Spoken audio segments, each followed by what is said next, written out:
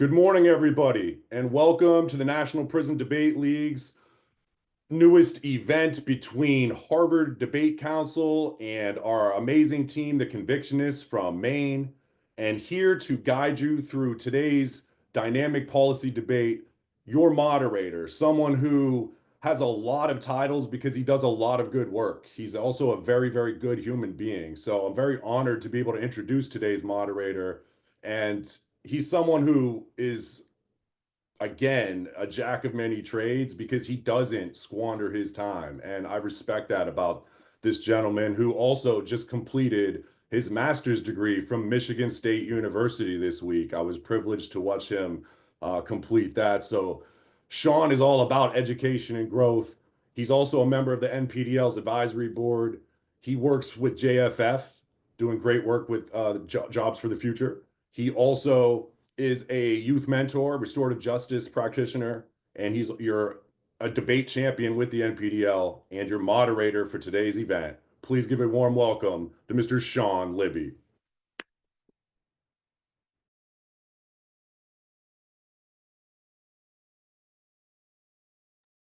Thank you very much, Daniel.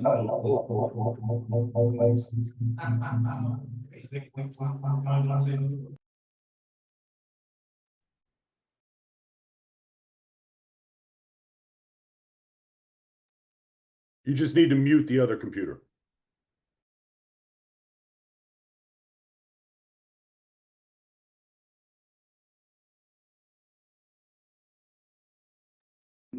Let's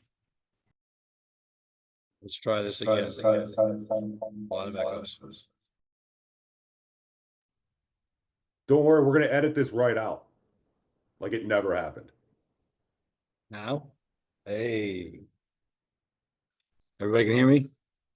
All right, fantastic.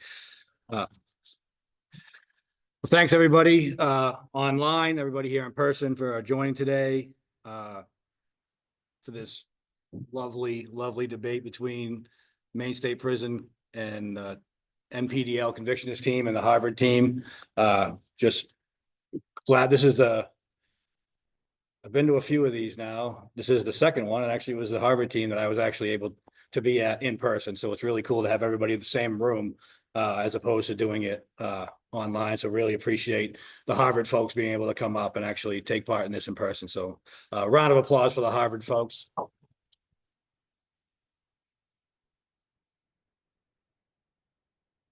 And MSP team really had no choice but to be here. So it wasn't hard to track them down. But what you guys are about to witness is a really remarkable display of intellectual ability and social diplomacy in action. And while both of these amazing debate teams will make their respective cases, we hope that the cases for educational equality throughout this whole process really speaks for itself. The topic for today is resolved. The United States government shall hold commercial media companies who knowingly spread false information accountable. The MSP team, the Convictionists, will argue in the affirmative, supporting this resolution, while Harvard argues in the negative position, refuting the affirmative case. We have three very distinguished judges who will be scoring the teams on their analysis, reasoning, evidence, organization, refutation, and delivery. Chief Judge David Cram-Helwich is the Director of Debate at the University of Minnesota and the Vice President of the American Forensic Association. Ed Panetta, the Emeritus Director of Debate and former Chair of the Communication Department at the University of Georgia. And John Katsoulis is Director of Debate at Boston College and former President of the American Forensic Association. Give a round of applause for our amazing judges.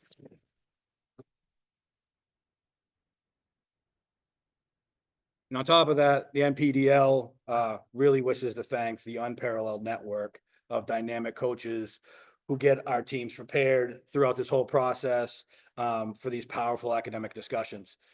The difference makers like Trip Rebrovic of Harvard, I hope I got that right, Adam Lee of Boston College, Phil Patoco of the Maine State Prison Education Department, and Chandler Dougal of the National Prison Debate League make special moments like this possible through all the hard work that really doesn't get seen behind the scenes. So I'll give a round of applause to those folks as well.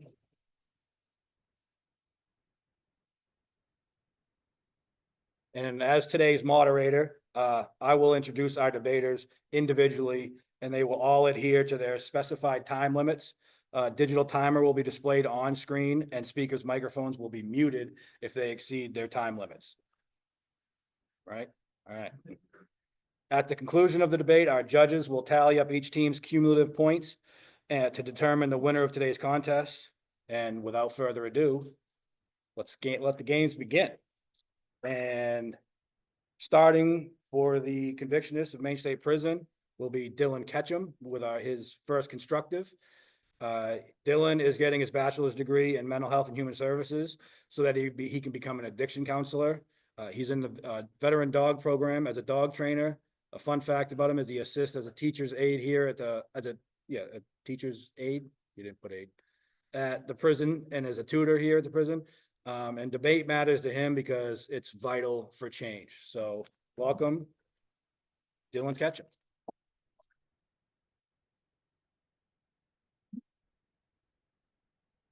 Thank you, Sean. Good morning, everyone. We're the Convictionists of Maine State Prison. We're here this morning to discuss an issue of national security and public safety. Misinformation and disinformation are threats to our democracy and our freedom. This is why we're taking the affirmative for the federal government should hold American commercial media accountable for false information. Pressbooks defines commercial media as anything privately owned by companies or corporations and any media that profits money off releasing information to the public. The APA defines misinformation as false or inaccurate information. Disinformation is false information, which is deliberately intended to mislead or intentionally misstating the facts. Our team is not arguing for the government to censor news or violate anyone's constitutional rights. While the First Amendment protects freedom of press, it does not grant immunity for deliberate falsehoods or reckless disregard for the truth. The federal government has a legitimate role in ensuring accountability without infringing upon anyone's free speech. There's 3 solutions the federal government needs to adopt for combating harmful fictional content: a bill to increase civil penalties, to increase civil prosecution, media literacy courses, as well as a labeling system. Virtually all major news outlets have at some point disseminated false or misleading information. Some instances resulted in a lawsuit or retraction, but many times they go unpunished. 2021, CNN falsely claimed a Trump supporter killed a cop. 2019, NBC News falsely claimed a group of Covington Catholic high school students had harassed a Native American activist during a protest at the Lincoln Memorial. CBS had the 2020 Ukraine whistleblower story that was falsely reported. 2020, ABC pushed claims that Russia paid Taliban bounties to kill US soldiers in Afghanistan. Fox News repeated false 2020 election fraud claims and accused Dominion voting systems of being fraudulent. NPR interviewed Rupert Murdoch, the owner of Fox News. When asked if he could have stopped the fake news from being released, he said, quote, "I could have, but I didn't." Fox hosts called the Capitol riot a peaceful protest despite video evidence of violence. Fox hosts pushed anti-vaccine rhetoric, calling mandates tyranny and questioning vaccine safety without credible scientific backing. This exacerbated the public health crisis. This false information is a threat to national security and the public safety. It's created a significant distrust in our government and our media. It also emphasizes the importance of holding media organizations accountable for their reporting. The first solution solves the problem of disinformation spread through commercial media. We want to propose a new or existing bill to a member of Congress so that a U.S. federal law can be created to expand the FCC's oversight of commercial media so that they have authority over cable and digital news. This will effectively increase civil prosecution of disinformation. One way we could do this would be with the reinstatement of the Fairness Doctrine or a modern version of it. This was introduced in 1949 and was a policy that required the holders of broadcasting licenses both to present controversial issues of public importance and to do so in a manner that fairly reflected differing viewpoints. Broadcasters had to present balanced coverage of controversial issues. The new proposal would apply to cable and streaming, not just broadcast news. The FCC could also expand their hoax rule. The current rule punishes broadcasters for fake emergencies. The new proposal would extend to cable and digital platforms. Also, to cover deliberate political disinformation, and AI algorithms can also be used to utilize for the FCC to utilize by finding mis and disinformation faster.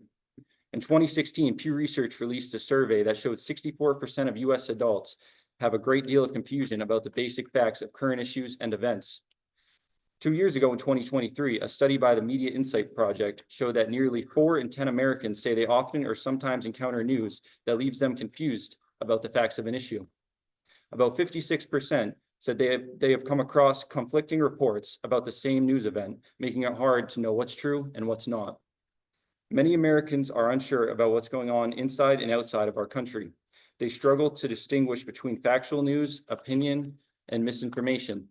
A 2024 Pew Research study showed that 55% of Americans say they often find it hard to tell what's true and what's not in politics today.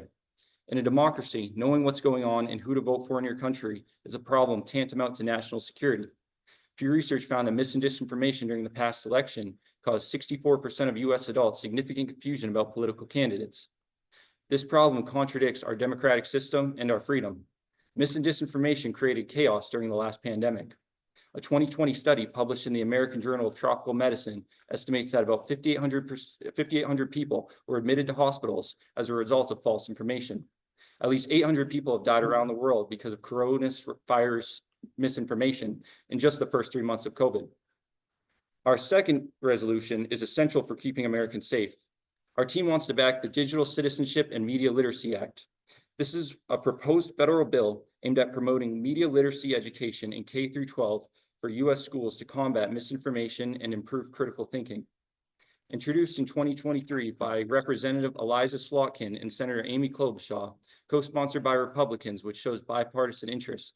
It is currently pending in the House Education Committee and is currently unlikely to pass before 2025. Among undecided voters, 41% said misleading political information increased their confusion. In the USA, 8 million kids turn 18 every year and are expected to vote. The World Press Institute states that over half of teens get their news from social media. A 2023 study titled Temporal Analysis of Misinformation on Parler found that 69.2% of analyzed posts on social media platforms were rated as false. Federal grants would make it so that all states can afford to provide essential media literacy courses to all of their students. The third solution our team agrees with is a labeling system for commercial media that tells the viewer if the news is real or an opinion. This would be done through a federal bill. Congress could pass a law requiring labels such as the Truth in News Act. This would be modeled after the Nutrition's Facts label, but instead for news content. An AI algorithm could be used in this process. Ironically, there's numerous studies from Harvard that show false information by commercial media is detrimental to America. A study titled The Media's Role in Spreading Disinformation highlighted how legacy news outlets spread false claims. The partisan press analyzed how opinion-driven news blurs the line between news and misinformation. The Harvard Kennedy School Misinformation Review is a peer-reviewed publication that analyzes how misinformation spreads, including through traditional news media. The Harvard Kennedy School study, The Echo Chamber Effect, How Commercial News Amplifies Disinformation, found that commercial news outlets often optimize for engagement, leading to the amplification of disinformation. They polarize emotionally charged content, even if factually dubious. In order to get more views, this unethical practice creates financial incentive for disinformation. This study showed coverage of COVID-19 treatments by partisan outlets to show widespread false beliefs. Commercial media preys on a lack of media literacy because many audiences struggle to distinguish between credible reporting and opinion-based misinformation. When almost 2/3 of US adults have a great deal of confusion about current events and issues, the only logical answer is that something needs to be done about it. 70% of people, including Harvard researchers, agree with this sentiment. Americans deserve to be told the truth. This is not only for the sake of democracy, but also to protect the public's physical and mental health and to restore the trust we lost in our media. Thank you.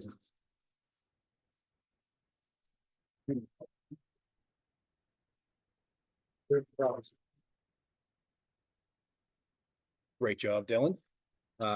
Now coming up to provide cross-examination for the Harvard team for 1 to 3 minutes is Kim T. Kundu. Kim T. is from Los Angeles, California, and is at Harvard studying government and history of science, and stated that debate was fundamentally improved self-confidence and understanding of the world around her and how it operates. So welcome, Kimty.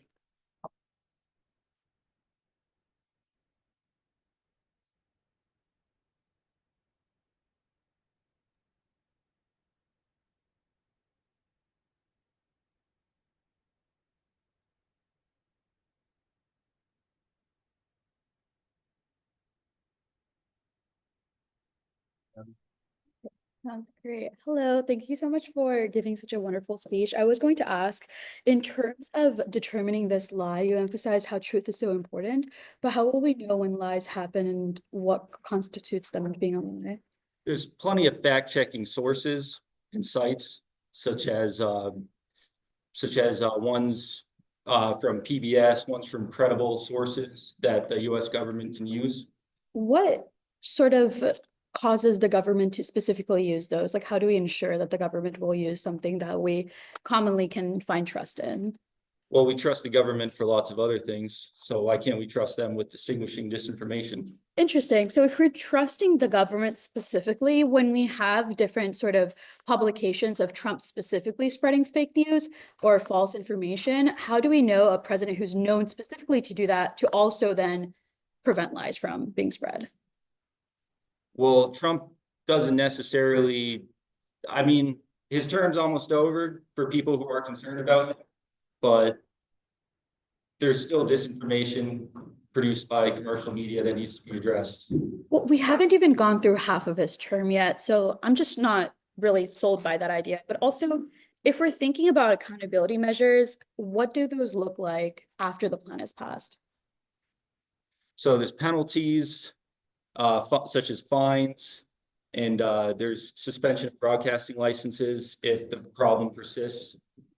I see. And how do we prosecute these individuals? Or is it also like social media that's involved, or? Social media is not involved in our debate. That would be a separate issue. We're only talking about commercial media, which I defined in my speech. I see. So in terms of accountability, do we hold only news channels accountable, or people who are producing the news, or people who are going up and saying the news? Who's sort of persecuted here? That would be up to the FCC and what they think is best. I see. And after the plan and the lie is detected, is it courts or legislation that's sort of used to pursue these charges, or who brings the charges up? These charges can be appealed, but the FCC would be the ones that would fine the media companies. I see. And in terms of the, I guess, lie itself or misinformation, disinformation, once it's detected, are all forms of media that's produced from that organization sort of suspended, or what would that look like? No, because news agencies have gotten caught with producing disinformation in the past, and they're still available. There's still Right. content. I listed many of them in my speech. What stops them from just continuing to spread misinformation again if they just get a little slap on their wrist and carry on? Well, I mean, they won't. Do they really want to be fined? Do they really want to have to pay out They tens have of thousands, billions of $100,000? dollars to waste. I mean, what does a little This dip in will their be a. pocket really matter? This will make them basically think twice about releasing. But false why? news. I mean, oh, thank you.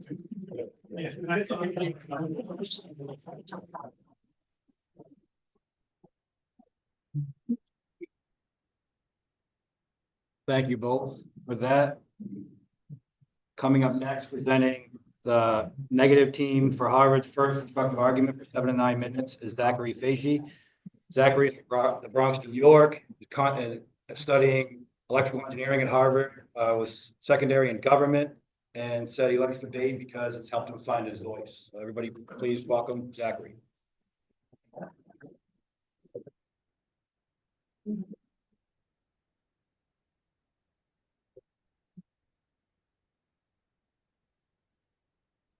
Trump's looking. Thank you everyone for showing up today. Thank you judges for judging this debate. And I am the first negative debater. First on authoritarianism, Trump's looking to imprison and suppress dissenting journalism. But again, he's checked. by free speech protections. That's file 25, executive order Trump issued on freedom of speech pertains to social media companies that federal government did not approve. Trump has issued a number of executive orders withholding funds from educational institutions directed against Mahmoud Khalil and Ramesa Turk, who have exercised rights of free expression. These orders and implementation are already being challenged in court, some of the First Amendment and others on the Fifth Amendment. The plan is a slippery slope, extending free speech crackdowns and authoritarian overreach. Therefore, Trump needs to pay attention to state action doctrine. The First Amendment renders the plan legal. Fiat allows Trump to violate the sacrosanct American liberties, which is a slippery slope to all-out authoritarianism. It also fails because centralized authorities are far worse at regulating speech. Sperry 24. The First Amendment forecloses government agents' ability to regulate misinformation, protects the ability of private actors to regulate the shield of marketplace of ideas. Best remedy for false or harmful speech is more speech, not enforced silence.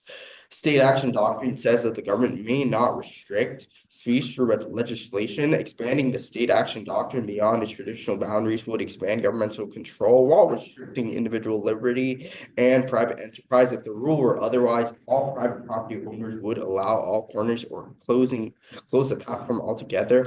Unwarranted flood of litigation for failing to remove the defamatory speech of third parties. A marketplace of ideas will lead to the best information eventually winning out. With false ideas pushed aside, few facts are set in stone for proposals to threaten to undermine the very process through which new knowledge is discovered and disseminated. Centralized authority would rely on generalized rules rather than incremental decisions which can evolve over time. It is fraught proposition to suggest that the government could have both a better understanding of what is true and false and superior incentive to disseminate the truth than the millions of individuals who make up society. The government is in no position to act as an arbiter of what is true or false. If social media if users demand less content considered to be misinformation, platforms will weed those things out. 2, autocracy. Even well-intentioned anti-misinformation laws are abused by autocrats to silence dissent. This also proves their vagueness internal, like Mahathir et al. 24. Anti-fake news laws to censor or criminalize critics. Law enforcement expanded definition to fake news to include criticisms of the government, increased coercive power over civil society. Illiberal governments impose laws with vague and subjective definitions, detrimentally affected rights to information. Even well-intentioned regulation could be misused by autocrats, result in restricted press freedoms. Bangladesh, India, and Indonesia, Malaysia, and the Philippines and Thailand attest to the weaponization of anti-fake news laws. Laws can be weaponized when there's a scope for subjectivity. Interpretation, implementation. Targets are often charged on grounds of malicious intention rather than on hard evidence. In 6 countries, organization can be charged if a government simply asserts the accused was knowingly spreading fake news. Trump calls everything that disagrees with him fake news. Keith 18. Trump dismissing an increasingly wide variety of things he doesn't like as fake, more and more, calling into question every other source of information besides himself. Often when Trump says something is fake, it isn't false. Trump cracks down on all dissenting media. The plan leads journalists to self-censor, even when they're telling the truth, fearing power balances in the court. Martin 4/9/25. Trump has called for nearly every major American network to be punished in reaction to coverage he dislikes. They're crooked, they're dishonest, and frankly, they should have their licenses taken away. Hundreds of examples in recent years where powerful people using threats of legal action, even when those cases get thrown out, leads people to self-censor, being used to curtail reporting when the facts are actually right. Huge power imbalance. Wealthy individual has unlimited resources to just drag this out through the court system. The simplest, safest thing for most journalists to do is often back down. He denies that climate change is happening. That frames everything. Trump's government will crack down on the people who say that climate change is real. That turns the climate advantage. McDonald 24. Trump called climate change a hoax, repeatedly providing absurdly low estimates for sea level rise to argue that climate change isn't a concern. Trump said he doesn't think science knows whether temperatures will increase. There is no question that global warming is happening. Repeat other familiar falsehoods. Research and public news on climate change is key to inform and consolidate the global response. Otherwise, extinction is inevitable. Hugel et al. 22. Climate change is widely recognized as the existential risk for humanity, and it also limits the ability of scientific communities to engage with the emerging debates and narratives. Research has provided substantial body of evidence extended the understanding of the impacts and risks, bringing those to the attention of policymakers. Destructive effects have been tied to specific levels of warming. Some evidence has emerged on the severe risk to human health. Recent research and high-level science policy reports reference to existential threats. 3. Fakeness. Knowingly spread false information is meaningless and leads to discriminatory enforcement. Samples 19. If we do not know what a term means, we cannot know how it applies. Vagueness fosters unconstitutionality. Any law is unduly vague and unconstitutional. When people must guess at its meaning, this violates due process. Because such a law is susceptible to discriminatory enforcement, the law also violates the First Amendment. 4. Chilling effect. Even the threat of imprisonment creates a chilling effect that deters media participation. That's Lim and Bradshaw 23. The threat of imprisonment for publishing misinformation can have a widespread chilling effect. Cases are often drawn out and covered in a biased manner to prevent others from voicing criticism. Such public cases send a signal to society at large and impact free expression. Lawsuits involve a large disparity in resources, undermining freedom of the press for those who do not have the ability to fight lengthy legal battles. It's relevant whether suits are successful. The mere signal that the government will sue is enough to deter oppositional media coverage. Since companies don't have the resources to fight proactive legal battles, Mahat Sapera et al. 24. Most cases would not hold up in court. Accordingly, approaches are designed to overwhelm the targets with multiple charges. This creates financial, organizational, and legal burdens for the targets. This not only induces self-censorship, but also undercuts the means crucial to facilitating work. Targets are enforced to bear the financial brunt. Bail, travel expenses, as well as judicial fees. Trials typically take years, therefore it raises the threat of bankruptcy. Fighting legal cases is time-consuming, chipping away at human resources of usually small media outlets. Journalists we spoke to quit their jobs due to such manifold threats. The plan enables Trump to follow through with imprisonment threats on media. Woodward 23. Trump falsely accusing reporters of lying, publicly suggesting they should be imprisoned. His remarks pose a threat to constitutionally protected speech.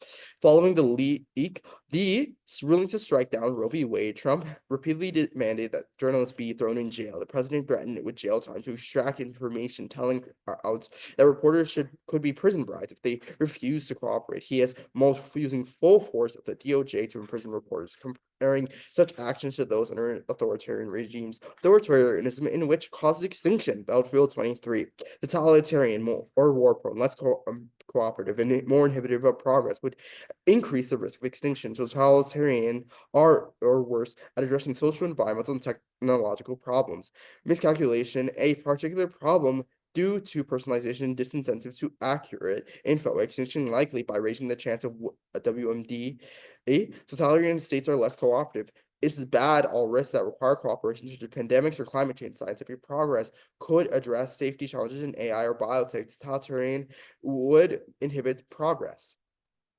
Overall litigation is declining. USC 24. Filings fell 3%. Decrease stemmed from lower filings of criminal, civil, petition, vacancy, original, and miscellaneous calculations.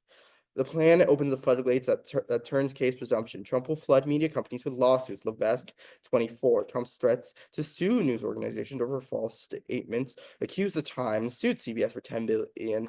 Can have damaging consequences for defendants. Frivolous lawsuits, costly and time-consuming. Trump, not above bringing frivolous lawsuits, exacerbates the absence of a federal anti-SLAPP law. Chilling speech, rich and powerful, overwhelming with expensive lawsuits. Organizations whose speech displeases them. Ominous trend. The clog forces courts to deny data protection cases. They'll be banished because of complexity. Haley 20. Standing rule reduces the workload of the judiciary. Appeal of dismissal is impossible to ignore. Overworked judges. Eager to get case off the docket, dismissal has a special appeal. Courts more solicitous in data protection in breach, present technically complicated inquiries. I am finished.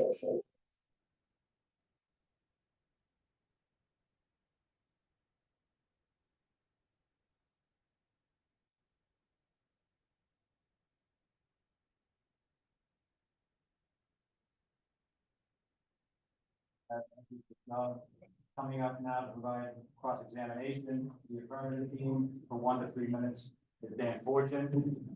Dan is currently a graduate student at George Mason University studying conflict resolution with a focus on trauma. A fun fact about him that I can verify is anybody who knows him knows he loves to talk and argue.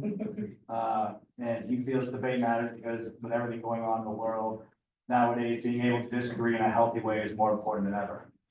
We love Dan Ford.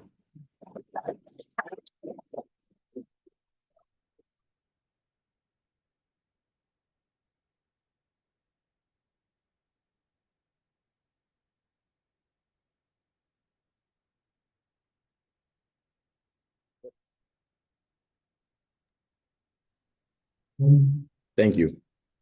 Do you believe that the safety of citizens is a primary responsibility of a government? I believe that, yes, and the government is not doing that in the status quo. Thank you. Do you believe that informed citizens is essential for the function of democracy? No. It's up to the individual to. Thank you. themselves.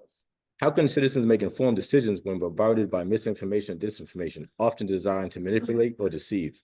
But also the government is also a provider of that misinformation, specifically President Trump. Do you believe that the government's responsibility is to protect its citizens from harm, including harm caused by the spread of misinformation and disinformation? Well, the government is not doing that now. How can the government fulfill its responsibility without some form of accountability for those who spread harmful false shows? Most likely the government would most likely not do that in the status quo. Currently under President Trump, he's like again sued media companies for providing actual true and factual info against him. So I think that like, Thank you, sir. Do you believe that the existing laws against defamation, libel, and perjury are also violations of free speech? is that a part of the affirmative? I would ask you a question. Do you believe that existing laws against defamation, libel, and perjury are violations of free speech? No, those are examples of harmful speech utilized against. If a private citizen knowingly spreads false information that directly leads to harm, they can be held legally accountable. Shouldn't media companies be as well? Well, we have a president who does that and he has not been held accountable. Do you believe media companies are incentivized to prioritize truth and accuracy over profit and engagement, even when these conflict? Well, it depends. There are smaller outlets that actually spread true information. So again, we're not saying that like all informations are guilty of this. Not all media organizations are guilty of this, but we're saying that the president using his power would like most likely abuse this proposal Are of you- false info. Are you suggesting that government has no role to play in protecting its citizens from harmful misinformation or disinformation? Well, I mean, the current president actively spreads this information, so I think that like he would most likely use this in his own interest. Do you believe the president is bigger than the government? Well, I believe that the president has a major influence in the government to allow for certain harmful proposals to take place in the status quo. If self-regulation was truly effective, wouldn't we see a significant decrease in the spread of misinformation or disinformation? I mean, it is effective in the status quo. Why hasn't this happened? Because most people don't regulate themselves within.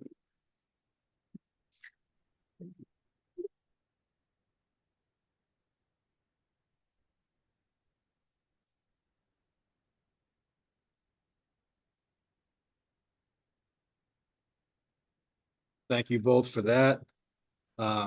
Coming up next, providing the negative team's first rebuttal for 4 to 6 minutes is Seiji Aoki.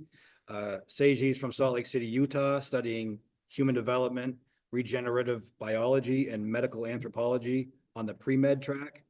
And I really want to challenge him on this, because this would be amazing to watch. He said something interesting about himself is he could solve a Rubik's Cube using only chopsticks. I'm getting a lot of nods from the Harvard team, so it seems like they're backing this up. So that is, he might win the debate on that. I don't know. But please welcome Seiji.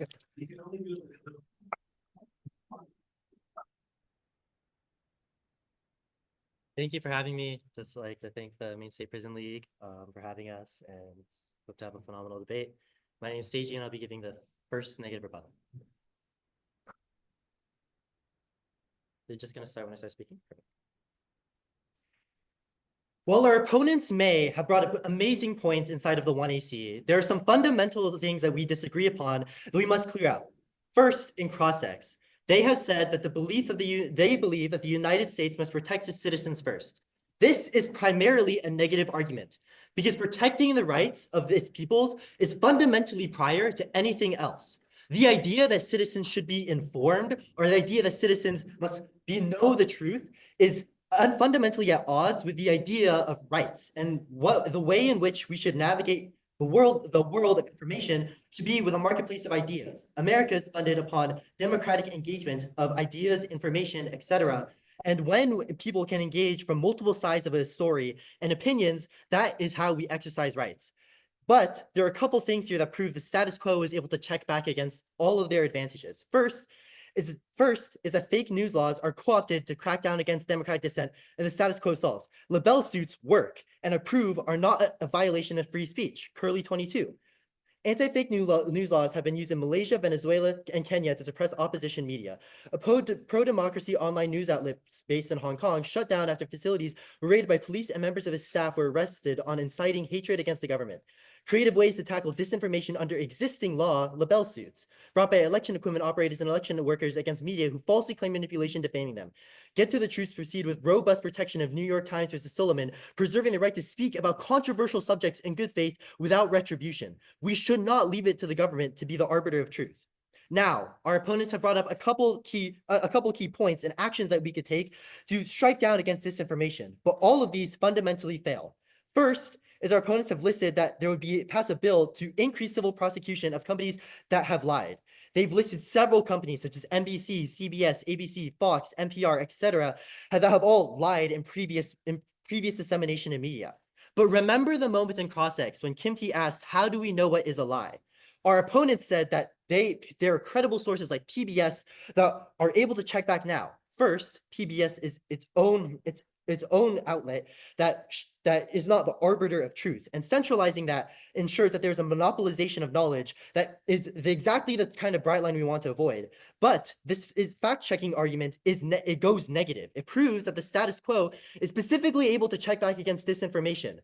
Fact-checking operations work, they're ramping up, and most Americans screen out information that falls through the cracks. Fact-checking network 25. 9 in 10 adults personally fact-check news. 96% want to stop false information from spreading. Fact-checking journalists uphold the IFCN Code of Principles. 2/3 of American adults support independent fact-checking journals regardless of political affiliation. 15 years ago, only 17 fact-checking organizations existed, 451 active projects in 111 countries. A consensus of empirical evidence demonstrates that fact-checking works and sufficiently checks misinformation. Porter and Wood 21. Fact-checking and reduced false beliefs simultaneous experiments conducted in 4 countries, 28 experiments evaluating 22 distinct fact checks at the same time. Testing fact checks caused significant gains in factual accuracy by 0.59 points. Misinformation decreased factual accuracy by less than 0.07 on the same scale. Fact checks were durable in all countries studied beyond immediate exposure. This also means that their statistic that says that most Americans are confused based on media now is checked by Americans who are confused. These people will independently go out and be able to create their own opinions based off the multiplicity of media that exists. Now, they said that the FCC should be centralized. This should not be the case, especially in deploying things like the fairness doctrine, which says you must cover both sides of an argument equally. This is worse and turns all of their advantages as to why disinformation would be as to how they solve disinformation. This means that all commercial media stations must cover issues such as climate change, good and bad, or real and fake equally, giving everything the same weight, which ensures that the marketplace of ideas within the United States fails. This is fundamentally at odds with the way in which we develop and point toward the truth of developing information. Now, our opponents say that we can use AI to find and identify misinformation, but AI is tainted with biases and cannot be disimbricated from the creator of the algorithms. They are infected by their own biases, which is why we find racial biases in AI in artificial intelligence tools like facial recognition technology and generative AI. Second, our opponents talk about a Digital Citizen Media Literacy Act. First of all, this is not topical, but I guess you'll expand on this in the constructive. But second of all, the lack of media literacy is not something the plan solves. SCRO K-12 education has media literacy courses baked into core curriculum. But the fault is on the consumer. Most average Americans would rather consume media that entertains them or feeds into their confirmation biases, which is why the financial incentive exists. But that means that the financial incentive overwhelms the ability to for fines or the civil suits for the civil punishments to solve under the affirmatives plan, because companies make billions and small fines would be a drop in the bucket compared to what happens. But it being bipartisan also means it's not inherent, because they have provided no warrants for preventive passage. Now, lastly, they have said that they would label real versus opinion news. First, it's impossible to label this. Think about religion. Some of it's real, to some people it's real, to some it's opinion. Centralized authorities for that jurisdiction should not be given the jurisdiction to determine that. But also, they cannot solve, because as CrossX proves, social media is not prosecuted under the Furness plan, which is an alternative cause of disinformation. DISX 18.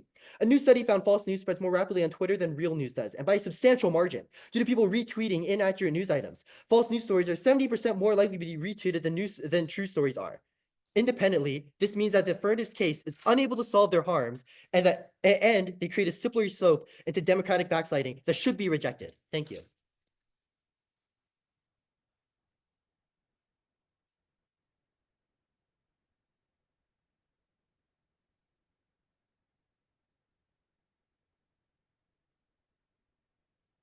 Claim the affirmative team's first rebuttal of 4 to 6 minutes. Diego Martinez. Diego's from Worcester, Massachusetts. His academic major.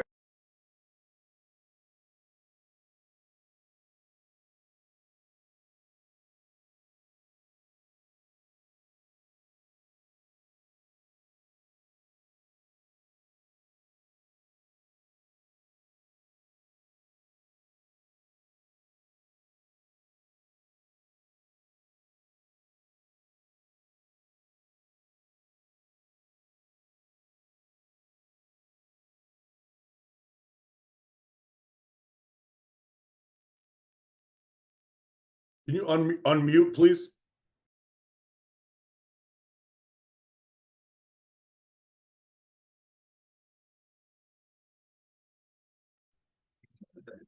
Good.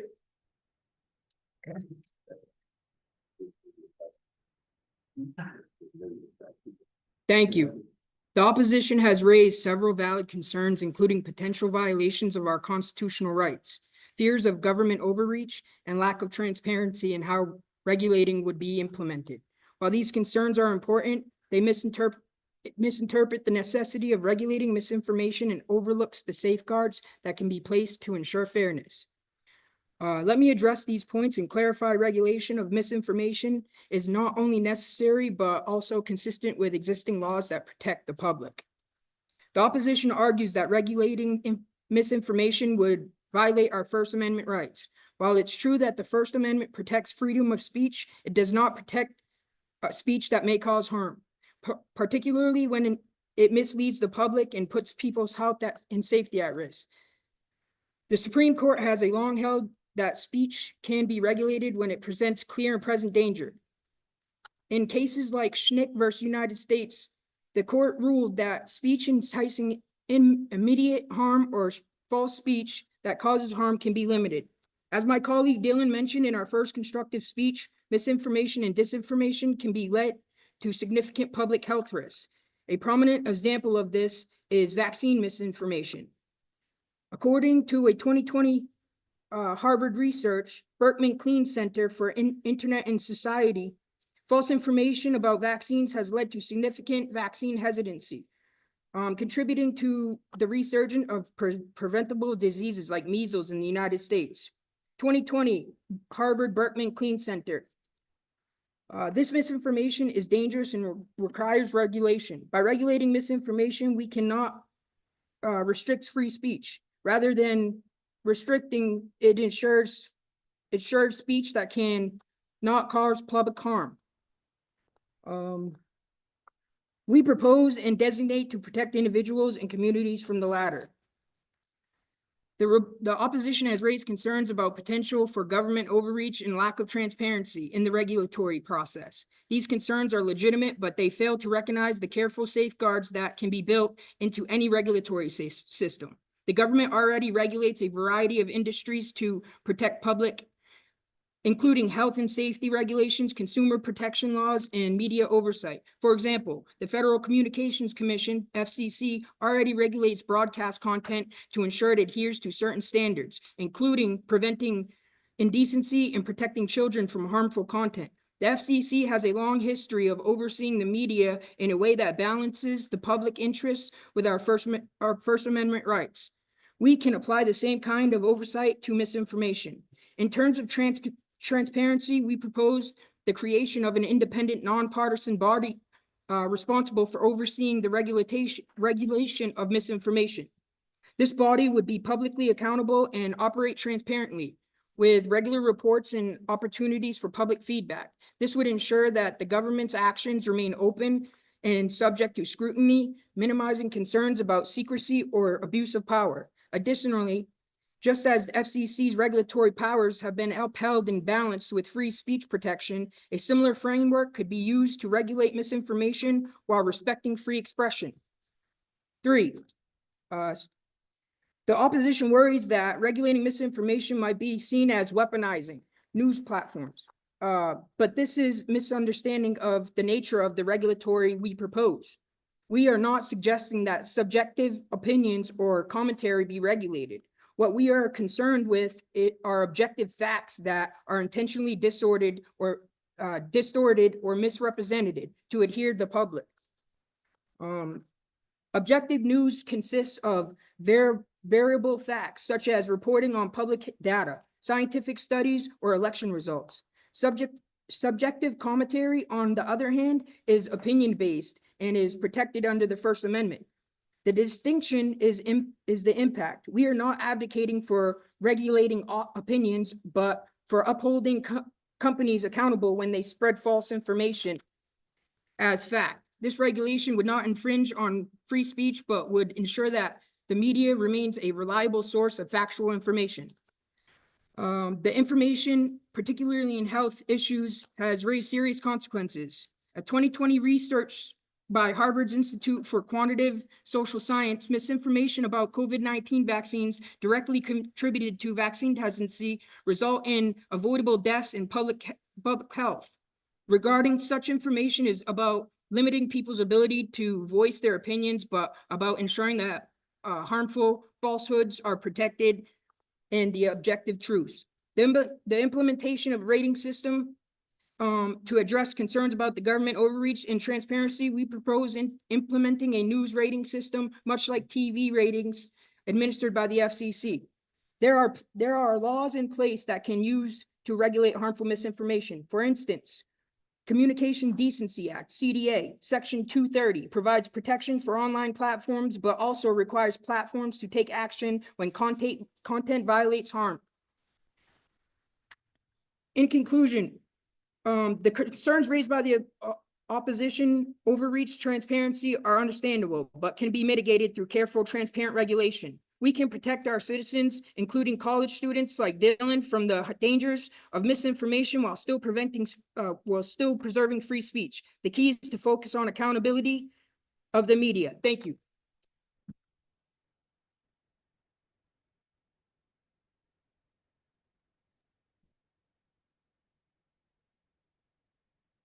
Thank you, Diego. Great job.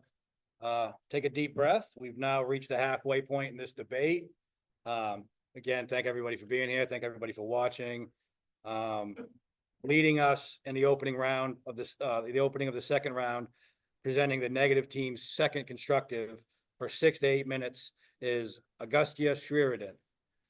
Augustia is from San Diego, California, majoring in computer science and economics, loves debate for the opportunity to see the world through a different vantage point, even if and especially when we disagree. And outside of debate, loves badminton and flute.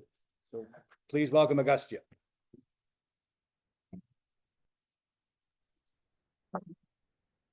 All right, everyone hear me fine? Perfect. We're going to start on the first affirmative constructive, and then we're going to go to the negative case. To our distinguished judges and fellow debaters, our thesis is this: lying might be bad, but censorship is far worse. Let's start under affirmative constructive. They propose numerous reforms, all of which Seiji answered, but I want to touch on this digital citizenship point. This is not topical. The resolution requires media companies to be held accountable in all instances. This is not under the branch of media literacy at all. If at worst, we can endorse media literacy programs as well, and we can endorse grassroots programs in addition to rejecting the plan, because it would be government overreach, which demonstrates that the status quo or our pseudo counterplan solves the entire advantage without leading to First Amendment, a breach of the First Amendment. Now, moving on to our contention. At the top, they have dropped our uniqueness argument that Trump is withholding funds to media companies right now. Our evidence says that they're striking a careful balance. That is, courts are selectively checking Trump for misinformation, but this balance is so delicate that any legislation could trigger a wave of misinformation that Trump propagates or be co-opted by Trump, which is going to be really relevant on our link story a little bit later. The plan is a slippery slope. They have a lot of arguments as to how it's really important to regulate misinformation for healthcare purposes or vaccine purposes. But our argument is that that becomes exponentially harder in a world where we pass the plan, because there will be a slippery slope where Trump is able to co-opt and take control of media regulations toward his own ends. We have a few internal links to this, separate from the First Amendment, that were completely dropped and frame our authoritarianism impact. First, I'll extend our First Amendment argument because they've dropped our internal link. Their only argument on the First Amendment argument is that the affirmative wouldn't regulate it and that speech is harm, and their argument about misinformation. They've completely dropped our evidence about the state action doctrine. So I'll explain that here. The First Amendment says that you may not enforce silence. You cannot restrict speech in any instance, and that would be an encroachment on private property and litigation. This is why, if I wanted to, I could lie to you right now. So could CNN. You might be thinking in your head, wait, isn't that illegal? It is illegal in some selective instances, i.e., if you lie in a way that causes people harm, and as they have correctly identified, that is subject to libel suits or misinformation suits, which sufficiently checks their office, but demonstrates that the plan would have an unnecessary overreach on First Amendment protections. Now, going down their argument proper. First, the status quo solves their argument. We can still regulate harmful free speech, but the resolution requires them to defend a blanket free speech regulation. For example, if I was to shout fire in a theater where there isn't a fire, I could get fined. That is the status quo. If that is a plan, it's not inherent negative on presumption. 2, causality. They've dropped our internal link that there must be a direct, immediate source of harm throughout the First Amendment, which the affirmative directly violates. That's the state action doctrine argument. 2, they're just wrong about their interpretation of the First Amendment, and our evidence is far better. Our evidence says that truth is the, quote, gold standard, and the state action doctrine is what legislates enforced silence, which they've dropped. 4, what is a lie? Seriously, how do we determine if something is a lie? The moment after the election ended, a lot of people thought that Trump was telling the truth about his election denialism. A lot of people thought he wasn't. Who was to decide if that's true? They said the FCC, we're going to move on to that a little bit later. They say the FCC regulates broadcasts already. What safeguards exist under Trump? Seriously, he's appointed every single agency leader to conform to his own political doctrine. And to the extent that this argument is true, the free press checks their argument. We've read a slew of evidence inside the 1NR and the 2NC as to how the free press has certain safeguards that they're able to get through misinformation, especially in the age of Trump, that people are desperate and hungry for the truth and will find it on their own means. And the FCC cannot regulate that at all. In fact, they've dropped our internal link that the marketplace of ideas works in the status quo, but even if it doesn't work, the government is far worse. Our evidence indicates that there are millions of facts and lies that are propagated in society. And centralized solutions just don't work because there's so many lies that would have to be regulated, and the FCC is just too slow and unwieldy, and the government isn't good at regulating it. Instead, private companies have the context necessary in order to regulate it effectively, which is proven by selective AI-driven platforms in different instead of a blanket regulation, which is what exists in the status quo and demonstrates that the status quo effectively checks their argument. Next, they've dropped our second internal link, which is autocracy. Remember the vague definitions of the plan. They've explained it as 3 different things, but you should remember the resolution requires them to regulate speech to some extent or forward a speech restriction. The vague definition of this means that they'll be weaponized by autocrats. They've dropped our argument that Trump has dismissed everything as fake news, including climate change, the election, etc. So he will appoint people to the FCC who will say all of that is fake. They've dropped our independent climate change impact, that the moment that Trump dismisses everything as fake, including climate change, all climate science will grind to a halt. Our evidence indicates that climate science specifically is necessary to combat the evolving threat of climate change and put out a global set of facts that are agreed upon, and that science and that it informs policymaking predictions, and that climate change causes extinction, which is an independent negative ballot not mentioned by name in the one here. So I don't want to hear a new argument. They say that weaponization isn't a subjective opinion and that objective facts and data check. One, this violates the resolution. The resolution requires that people who spread false information are held accountable. They defended this as a court case, i.e. people can sue the FCC if they want, which demonstrates our argument about spillover. Two, what is objective? This is all of what I've pointed to and what all of our evidence says. There's no bright line for what constitutes objective fact in our society anymore, which is their own uniqueness argument, and precisely why we need to rely on decentralized media companies instead of one authority, Big Brother, telling everyone what to do. Three, this is a slippery slope. Again, what is objective to Trump is very different than what is objective to us, and very different to what is objective for a hippie in California, and very different to what is objective to a rural farmer in Texas, which again demonstrates the necessity of decentralized information exchanges. They say TV rating works. This is entirely different from misinformation as per their own arguments on the case. Next, extend a chilling effect argument. This is an independent ballot for the negative, even if you conclude they're right that misinformation is bad and harmful to our society, because it turns the foundation of it at an exponentially larger scale. They've dropped that even the perception of a small free speech regulation would deter all whistleblowers and criticism, because the public signal would tell journalists, look, I want to publish something that criticizes the government. It might be considered it might be considered a lie. What if the SEC prosecutes me? And they'll decide not to publish those. They've dropped that the mere signal of that would mean that journalists would fear being bogged down in legislation, jail time, or fines, which is their own enforcement mechanism. In fact, they defended litigation and cross-examination, which demonstrates the chilling effect that it would have on journalism. For example, think of your regular mom and pop journalist in your hometown.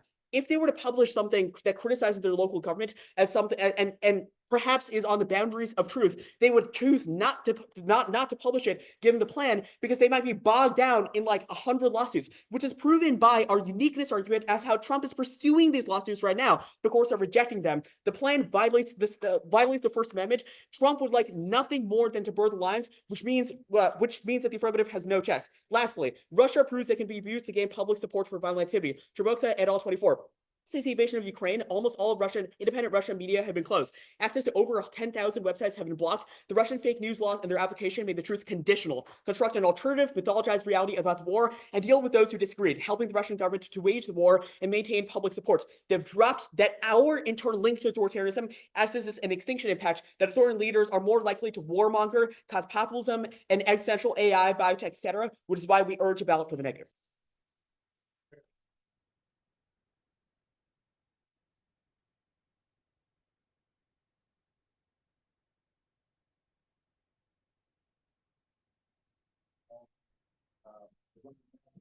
The affirmative team's second constructive argument for 6 to 8 minutes is F. Daly.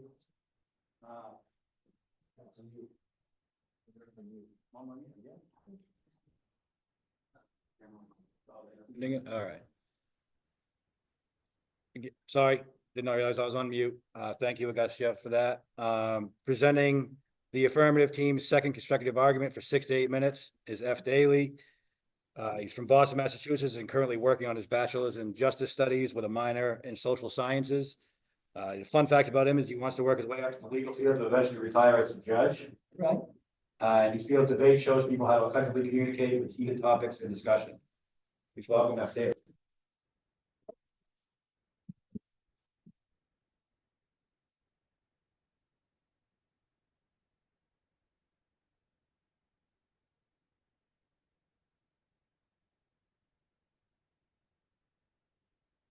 Good morning. It's an honor to stand here and speak on this issue. That's not just important, it's urgent. We are currently living in an era plagued with misinformation and disinformation. False information is spreading like a wildfire across our media. It's eroding public trust, it's undermining democracy, and it's attacking the very foundation of trust itself. Misinformation is not only used to sway opinion, it's also used to shape narratives around this country, leadership, and its citizens. This debate is about protection from false information and ways to clarify it within our country, and not about any one person, such as public figures like Trump or any one political party. There are ways to remove a president through impeachment, but there's no way for us to remove our government. This is not just a problem, it's an existential crisis. According to the National Institutes of Health, there's a gap in how institutions are responding. Future policies, regulations, and community strategies must fill that gap. Well, we say the future is now, and we need action, and we need it fast. So we propose 3 necessary courses of action. 1 is the adjustment to FCC oversight and enforcement, as suggested by my colleague. Congress can amend the Communications Act to authorize the FCC to penalize media outlets that knowingly broadcast or publish false information. Or, like my colleague said, create a more modern version of the fairness doctrine. Fines would be based on reach, harm caused, and financial gain. Revenue from penalties are reinvested into public media and education initiatives. Create a new unit within the FCC that can potentially flag content. Public reporting and transparency becomes required by media outlets, and letting media outlets appeal decisions via an independent review board to ensure fairness. Let's be clear. If the media outlet knowingly spreads falsehoods for profit, it should pay a substantial price, a real one, a financial one. It's undeniable that sensationalism is often a driver for profits in media companies. This is about all forms of misinformation. We're talking about civil penalties for media companies that knowingly mislead publics for clicks, views, and dollars. Mis and disinformation isn't about a business model. It's a betrayal of public trust. We are not asking for censorship. We're asking for accountability. This proposal seeks to hold media companies accountable for unethical practices, ensuring that they will face real consequences for spreading misinformation. Because when deceit becomes expensive, truth becomes a better investment, which Harvard fails to acknowledge this fact. Number 2, media literacy at every level. We can't fight this battle if the next generation doesn't even know how to recognize it. We need media literacy taught from kindergarten through high school and beyond. Because this isn't about school, it's about understanding within a digital world. By raising national awareness campaigns, we can start integrating media literacy into language arts, civics, government, history, and science, especially around climate and data and around health. Not just on TV, but all digital technology and in schools can have teaching media literacy to all generations, not just students. In 2024, an APA study reported that 21 states are already working on media literacy education. That's a start, but we need more than a start. We need a national standard. Kids today are growing up online, bombarded with AI-generated content, bias, and propaganda. If they can't tell what's real, how can we expect them to make informed decisions, protect truth, vote wisely, or trust institutions? In turn, they'll grow into adults that rather be entertained than truly be knowledgeable. This will create a generation of students and an informed public better prepared to navigate the information landscape with confidence and clarity. Media literacy isn't an extra skill. It should be a core civic responsibility. Truth in news and labeling system, which is our 3rd proposal. As my colleague previously mentioned, let's make it simple, clear, and visible labels to distinguish factual reporting and opinion content. Like nutrition labels on food, news comes with a warning label. Fact checked or opinion, that's it. Straightforward, transparent. People deserve to know what they're consuming, and right now, they don't. We propose a federal enhancement with oversight to the FCC for broadcast and the FTC for digital media that requires news outlets to label their content clearly. By introducing tech, integration, and publisher requirements, this has the potential to allow clearer, more trustworthy news consumption. No more guessing, no more blurred lines. If it's a fact, say it. If it's an opinion, own it. Fellow debaters, due to the use of technological deception, this challenges individuals' abilities to critically evaluate media, emphasizing the need for stronger media literacy education. To combat this issue effectively, the above multi-layered approach is necessary. An enhanced FCC oversight to regulate the distribution of synthetic media and the development of advanced algorithms to detect and flag deepfakes. This implementation of a standardized labeling system that clearly identifies AI generally generated and internationally manipulated content. These measures together would empower the public to better discern credible information while holding platforms and creators accountable for the content they disseminate. When sensationalism replaces facts, opinions are bolstered. According to research mentioned in the Annals of International Communication Association of 2024, a key explanation for why some people are misinformed is that they have been exposed to false and misleading information and that they have psychological incentives to believe in that said information and hold to their misperceptions. But let's be honest, we've already seen the damage. COVID-19 misinformation didn't just confuse people, it killed them. False narratives didn't just sway opinions, they swayed elections. Disinformation about climate change has stalled action while the planet burns. This is not an abstract threat, it's real, it's dangerous, and it's already hurting us all. In a democracy, the media should be a watchdog, not a profit-driven machine, but too often sensationalism replaces that with truth. And when that happens, trust dies. A 2024 study put it plainly, people don't just accidentally believe falsehoods, they're exposed to them and constantly, and they're incentivized to hold on to it. We need to break that cycle. We need to stop misinformation at the source, and that requires bold government action. Let me be clear, this is about truth. It's about whether we can still agree on facts or what's real, on what matters. A single false story can sway elections and fuel global chaos with zero accountability.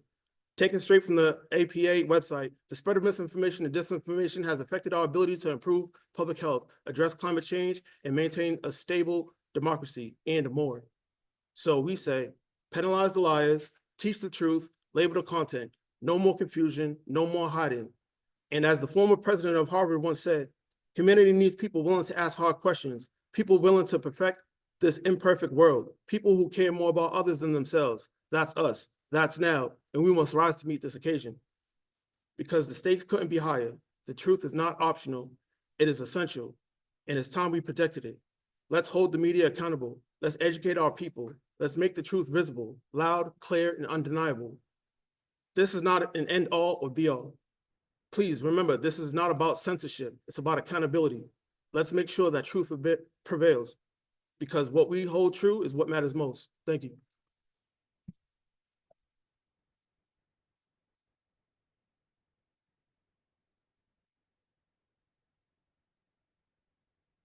Thank you, Ep. Great job.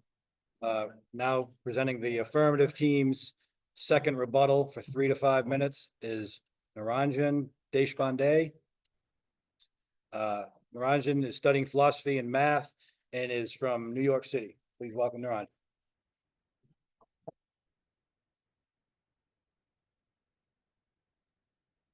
Can everyone hear me? Cool, I'll start on my first word.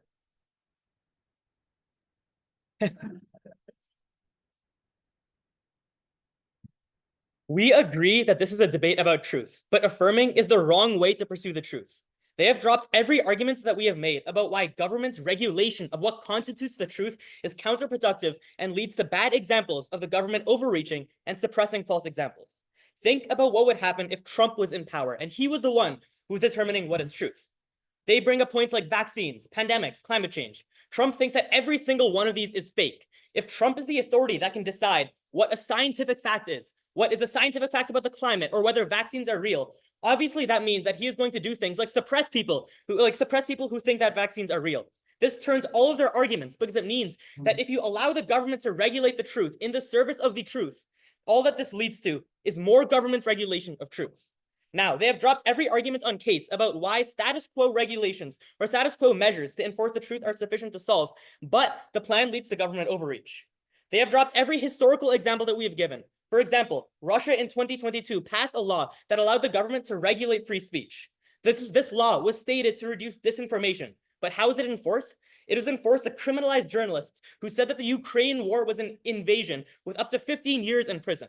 Think about what would happen if a similar authoritarian like Trump was able to do this in the US. They have dropped every other example of authoritarian regimes who have misused similar laws that criminalize free speech. Malaysia, Myanmar, Tunisia, Singapore. In all of these places, governments passed laws that allowed people, or that governments passed laws that were stated to increase the amount of truth that was in society by criminalizing people who publish fake news. And all that they resulted in is governments criminalizing dissidents. The key reason that this is able to happen is because of the vagueness of the word truth. They have said that we should suppress truth. They said that we should do this through a bipartisan institute, but they have dropped every reason why this leads to criminalization. One is that Trump will criminalize people who, or one is that Trump is the one who is able to interpret what truth is. But even if they think that a bipartisan institute is the one who's going to institute this, they have dropped that there's no objective truth about some of these matters. Someone living in Texas, California, someone in different parts of society obviously have different conceptions of what actually constitutes truth, which means that it is impossible for the government to enforce this from a top-down measure. But even if the government tried to, it would do this too slowly. This is why it is much better for us to rely on things like independent fact checkers that the 1AC themselves say exist right now. They have also dropped our argument about the chilling effect.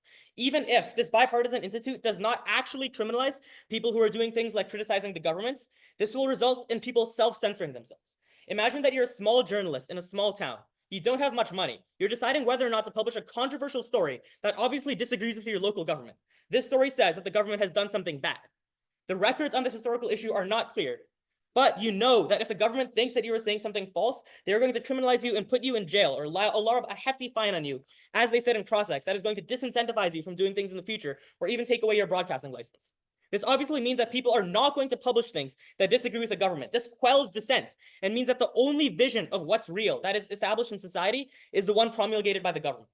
Even if you do not think that Trump is going to abuse this sets a dangerous precedent that allows people in the future to control the narrative. We have seen time and time again through history that every time that a single group is allowed to control the narrative of what the truth is, this leads to dramatic overreaches. Think about what happens in 1984. Think about what happened in the Soviet Union, etc. All of these places show that it's bad. This leads to propaganda that leads to authoritarianism, which collapses the basis of civil society. But now, let's move on to their arguments. There's a few key points that they haven't grappled with properly that means that we don't actually need their law to prevent disinformation. One is that the marketplace of ideas solves. They have dropped that even if some people are publishing some false things, as long as there are also true things being published, because there's no regulation in what we're allowed to publish, this means that the truth will eventually win out, because people do things like check the sources of their news. They have dropped a study that we read in our first constructive argument that says that 9 in 10 Americans fact check their news. This means that even if there is a lot of fake news being published and people are a little bit confused, it's fine, because people are going to be able to get to what the truth is eventually. They have also dropped that there are media literacy organizations that are trying to bolster K-12 media literacy in the status quo. But their points about media literacy are not relevant to the resolution. Their burden is to prove that the government has an obligation to hold people liable who say fake things. I am not sure how media literacy is an attempt to hold people accountable who say fake things, which means that it does not prove the resolution true. So it cannot be a reason why you think that the affirmative is right in this debate. But given that we are winning, that these status quo media literacy measures and status quo market of ideas and status quo fact-checking measures are sufficient to check things like fake news, there is no reason why you would ever want to invest in government control of the news when you know that government control of the news is going to lead to things like authoritarian overreach, like it has in every other country that has published a similar law, or it's going to lead to Trump controlling the narrative about things like climate change, pandemics, vaccines. And we all saw how that ended up. Thank you.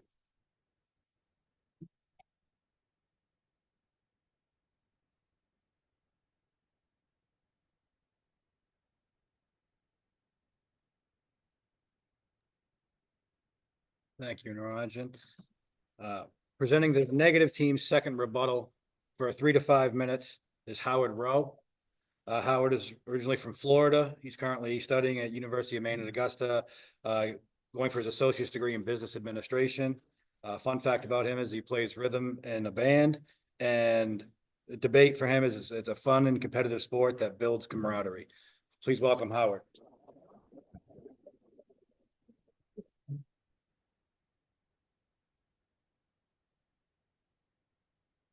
Thank you, Sean. Thank you, Harvard team, for showing up today. We really appreciate you guys being here so that we could do this debate with you guys.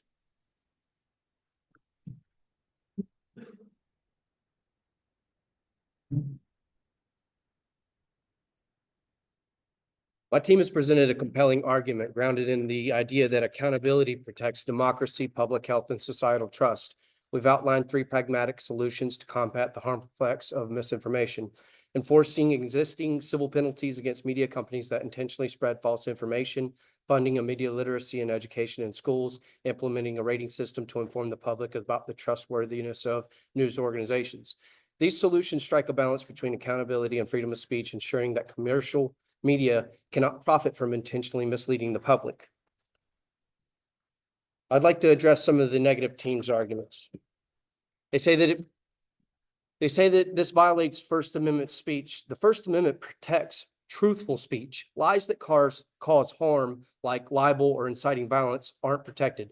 Holding companies accountable protects public discourse. They say it's a slippery slope to authoritarianism. You can regulate without censoring. Courts already balance free speech versus harm. Example, yelling fire in a theater. This is accountability, not control. The government can't be trusted to decide what's true. Well, without oversight, corporations get to decide what's true, and this is based on profit. That's even worse. A transparent system with checks and balances is more democratic. They say punishing media could chill investigative journalism. We're not targeting investigative journalism, just deliberate misinformation. Strong journalism thrives more when the media ecosystem is trusted.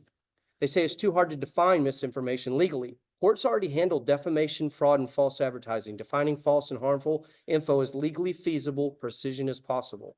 They say government regulation stifles innovation. Ethical journalism isn't innovation killing. In fact, clear standards can encourage innovation and fact-checking, moderation, and trust-building tools. They say existing laws are enough, like libel and slander. These laws are reactive. They're hard to prove, and they don't scale to the size of online misinformation. We need to be proactive. We need proactive accountability measures. It's a form of censorship, they say. Censorship is banning ideas. We're talking about stopping provable harmful lies. That's enforcement of truth, not silencing debate. They say it's impossible to regulate fairly across political lines. That's why we call for transparent, bipartisan oversight, independent bodies, not partisan regulators or Trump. Fair doesn't mean perfect, but no regulation leads to chaos. They say it's up to platforms to self-regulate. Platforms have proven they won't regulate themselves effectively. Profit incentives override ethics. Government accountability incentivizes platforms to act. They say this creates a ministry of truth scenario. No one's asking for a truth czar. Independent panels, judicial review, and transparency can prevent abuse. This is about checks, not centralized power. They say false info is part of open discourse, that we should debate, not ban it. Debate only works when both sides have facts. Deliberate misinformation kills meaningful discourse by making truth subjective. They say other countries have tried this and failed. Some countries have successfully implemented media accountability. Example, Germany's NetzDG law. And the US can learn from and improve upon those models. They say algorithms, not humans, are the problem. Algorithms are built by media companies. Holding them accountable forces them to reprogram for truth over clicks. Blaming the algorithm equals blaming their design. I'd like to reiterate some things my colleagues said earlier.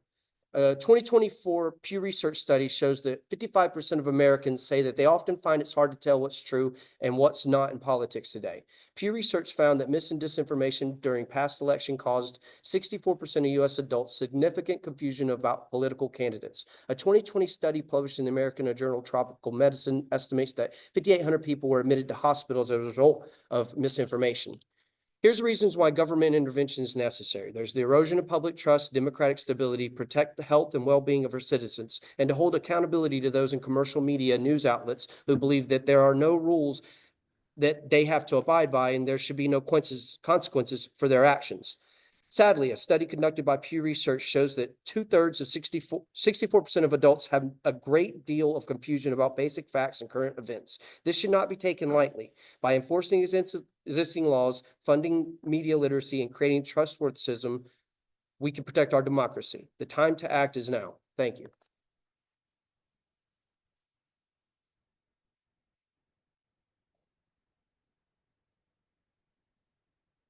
Great job, Howard.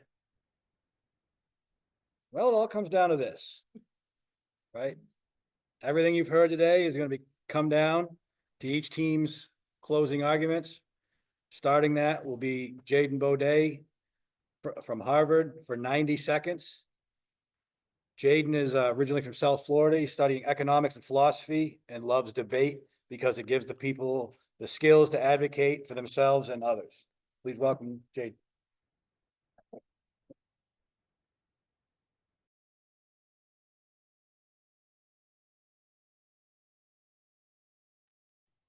Can everyone hear me? Good. Awesome. All right, well, thank you everyone for coming out today. I guess I'll get started. You'll just start the time when, perfect, okay. Although the affirmative has made excellent points about the dangers of media and how we have to regulate it, it is not contextualized to our political system and Trump within in this context of government that is willing to take the media and warp it into their vision of what the world looks like. Remember moments in 1AC Cross-X when we asked them, how does regulating misinformation look like? And they said we should trust the government just as we trust the government for many other things. This only results in things like Trump, who may not see climate change or vaccines as facts, changing it and saying, okay, we should focus on instead other alternative medicines, other alternative sources to solve climate change, or maybe not even solving climate change in the first place, which only makes their advantages or impacts worse, because that means that the government is able to rely and change our perception of what these things look like. They cite 3 solutions. One, the FCC is appointed by Trump and the government. It means that people can they can put people into power who don't believe in climate change, who don't believe in vaccines, only making their advantages worse and turning their impacts. 2, the schools argument is not topical. Their affirmative requires some implementation of affecting the First Amendment. And 3, the labels only go bad because Trump is in power, and only that results in people leading to things where he can control the labels and what is deemed fake news and what's deemed real news. This means that censorship is created by the plan and is an implication, even if they say it's not. But at the final thing, we would like to thank our opponents, the Convictionists, for engaging us in this debate, the judges for being here and spending their time, and the NPDL for making this all possible. Thank you very much.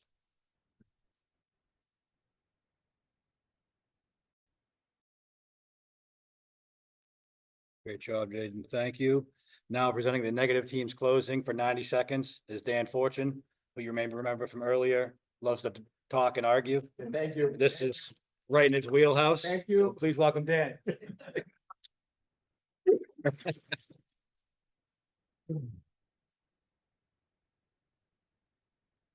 Friends, judges, debaters, we stand before you today not to censor free speech, but to safeguard it. The First Amendment protects the marketplace of ideas, not the deliberate sale of falsehoods for profit. Our opponents decry government overreach while ignoring the present overreach of corporate media that misrepresents facts, erodes public trust, and imperils our very democracy. The following is a fact from Pew Research. 2 out of 3 Americans can't tell the difference between real and fake news. Harvard studies confirm the toxic effect of disinformation propagated by profit-driven media ranging from election tampering to public health emergencies. Our detractors pay lip service to quality journalism, but the facts are clear. Self-regulation has failed. A proposal offers real answers. First, reinforce the current FCC guidelines and assess civil penalties for intentional misinformation. This is not censorship, but accountability. Second, equip citizens with media literacy education, provide them with the skills to separate fact from fiction. And third, provide a clear labeling system. Inform the public if they are reading fact-checked news or opinion with a spin. Our critics claim this is an infringement on free speech. We disagree. Forcing commercial media to tell the truth bolsters the foundation of genuine free speech by helping ensure there's a marketplace based on ideas, fact, not fiction. We don't want radical change, but responsible action. We want accountability, education, and transparency. We want a future where truth holds sway, trust is regained, and our democracy is safe from the corrosive influence of misinformation. It does not matter how much you sue Harvard administration, how much you sue the Trump administration for. The word Trump is not a counter argument. Vote yes, vote for truth, and vote for the future. Thank you.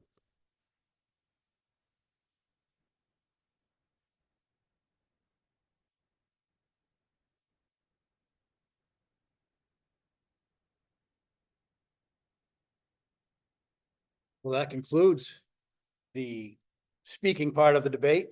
We'll now throw it to our esteemed judges, who I don't envy their task of choosing the winner. As we're waiting for them to tally their votes, I want to again thank everybody for being here. Thank you, Harvard, for making the trip up here. Thank everybody online, everybody here in person. Thank you, Convictionists. I also want to give a couple of quick shout outs. You haven't seen their faces. Well, you kind of have off to the side, but they are integral to this team's arguments and their success. So first is Pat Dapolito. He's an alternate. Stand up, Pat. He's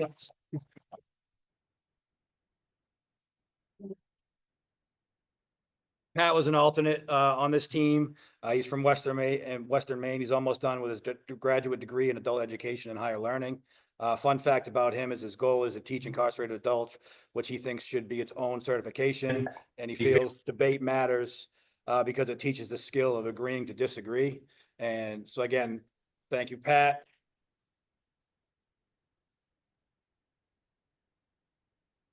And Christopher Martin, please stand.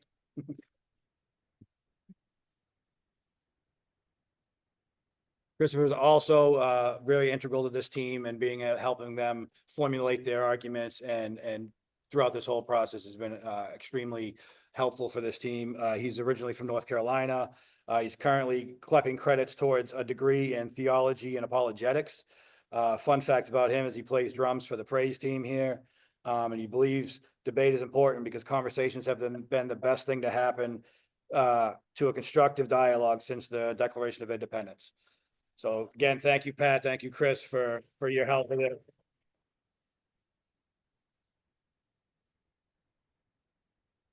I also now just want to open it up for anybody from Harvard, anybody from the Convictionists, if you guys want to get up and just say anything about the process, about debate, about the weather, whatever you want to say. The floor is yours if anybody wants to say anything.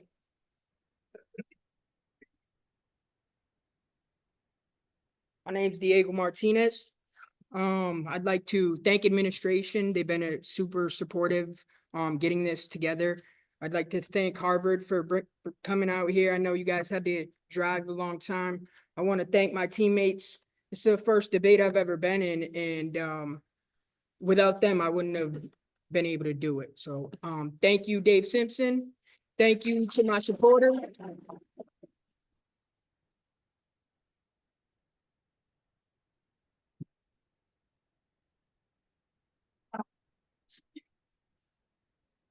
Ladies and gentlemen, Howard Rowe.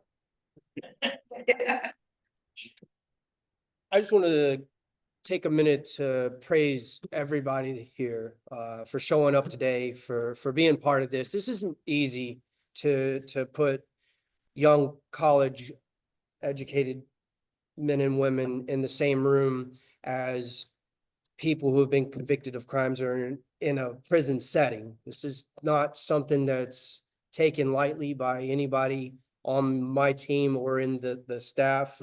I'd like to just say thank you for, taking the time to come and do this with us. This is my second debate, and, it's really cool to see how you can grow, through iteration of doing something. And like, one of the coolest things was just seeing the growth of my teammates and the support of the faculty and the administration at the Maine State Prison. I'd like to also thank the facility that I'm currently at, because I'm no longer here. I'm down the road at the Bulldog Correctional Facility. No one's here from the facility, so but they made sure that I did get here, and they've made sure that they've been extremely supportive of our debate team and everything that we need down the hill to, take part in this awesome event. I just wanted to thank Chandler Dugal. I'd like to thank Officer Bruns. Forgive me, Harvard's coach. The friends and family that are here today as well. We appreciate you guys showing up. Thank you, everybody. Have a good day.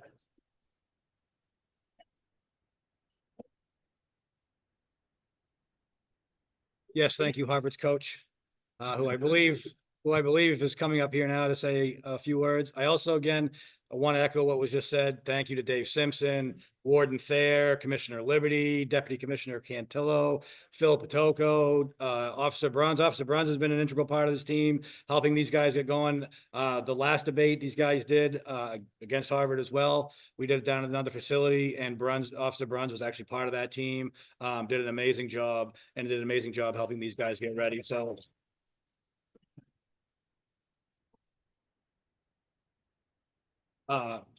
Tripp wants to say, I just want to say I am shocked that Dan Fortune hasn't got up here to speak. But hand it over to Tripp. Yeah, no, I just want to say thank you, all of us, to everybody for giving us this opportunity. We just got back from our national championships in Washington, but like this was the more meaningful and more impressive debate versus anything I saw in Spokane. So just congratulations to everybody and the team. I know I saw most of you debate last time. Everybody improved and got so much better, which is what makes everything worthwhile for me as a coach. So really congratulations to everybody here. As we've all said, this is a very timely topic. And so I'm glad we've been able to engage on this, and that, everybody showed a real depth of understanding of the issues, clear refutation, couldn't really ask for a better debate. And so this is a perfect model that we can, I'm so glad we can present this to the world, and that we have opportunities for our students to engage meaningfully outside of the college classroom. So we're just so proud and happy to be able to do this. And so thank you. And everybody online, I've got my NPDL hat, which I've been wearing. So thanks.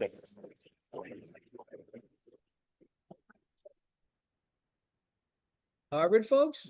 All right, have at it. One over here.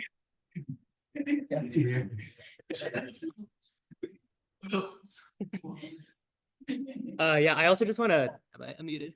Yeah, I just want to take a moment to thank everyone for coming out to this debate. We've been, we've been debating a bunch this year for Harvard's team, but I think that this is by far the most meaningful and the coolest debate that we've had all year.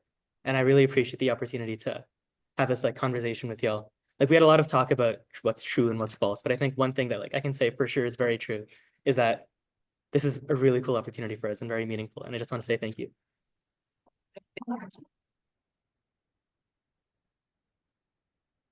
I'm gonna repeat what he just said.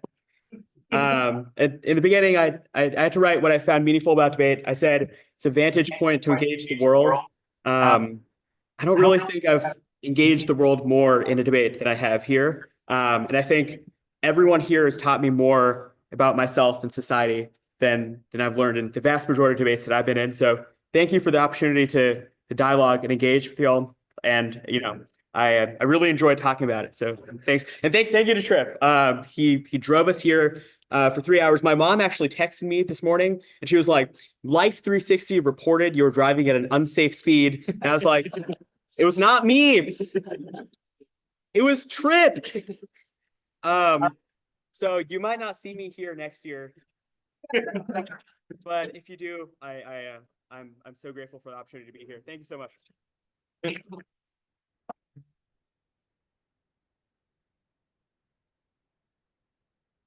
It's amazing.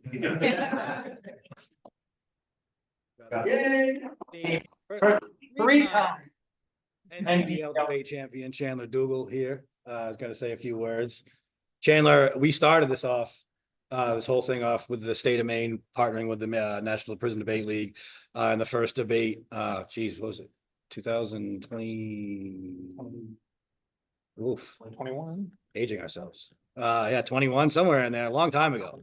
It was the first time ever. It was a team of people from all different, pretty much every facility here in the state got together, and that was groundbreaking in and of itself, because it was men and women in different facilities coming together in the same room. It was over Zoom. Unfortunately, we didn't have the other team because it was still at the tail end of COVID. We pretty much demolished MIT as a team. So so my former teammate Chandler Dougal.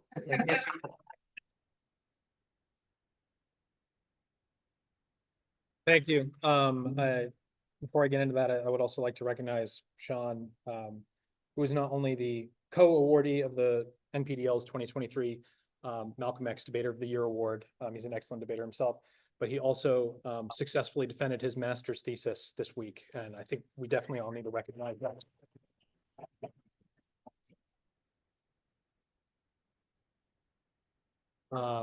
As Sean said, I've had the privilege of doing 3 of these myself. 2 of them in the facility, 1 after I was released. And they really do get better every time. I had the privilege of being on the same team as 2 of the Convictionists when I was inside. And it's been excellent to see them grow. Dap and Chris, I know you didn't get to speak at this debate, but at the next one, hopefully you will. Everyone on the team, I